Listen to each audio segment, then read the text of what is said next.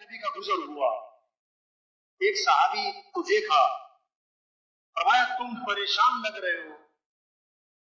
عرض کیا جی ہاں حضور، بہت پریشان ہوں، قرضے چڑھے ہوئے ہیں، پریشانیوں نے گھیرا ہوا ہے، اس لیے پریشان بیٹھا ہوں۔ فرمایا میں تمہیں ایسی دعا بتاؤں پریشانیاں ختم ہو جائیں، قرضے ادا ہو جائیں؟ جی بتائیں۔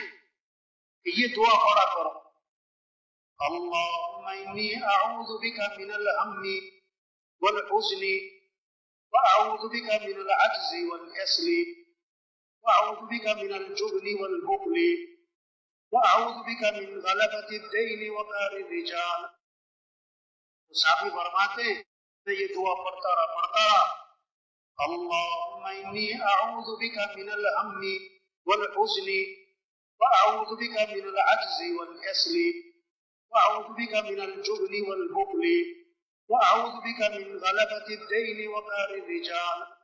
میں یہ دعا پڑھتا رہا، میری پریشانیاں بھی دور ہو گئی، میرے قرضے بھی ادا ہو گئے۔ تبلیغی عوام حضرت فاطمہ رضی اللہ عنہا آئیں، اللہ کے نبی بکریاں تقسیم فرما رہے ہیں۔ اللہ کے نبی نے فرمایا فاطمہ چاہو تو 5 بکریاں لے لو، چاہو تو 5 اللہ کے کلمات سیکھ لو۔ حضور بکریاں رہنے دیں، 5 کلمات سکھائیں۔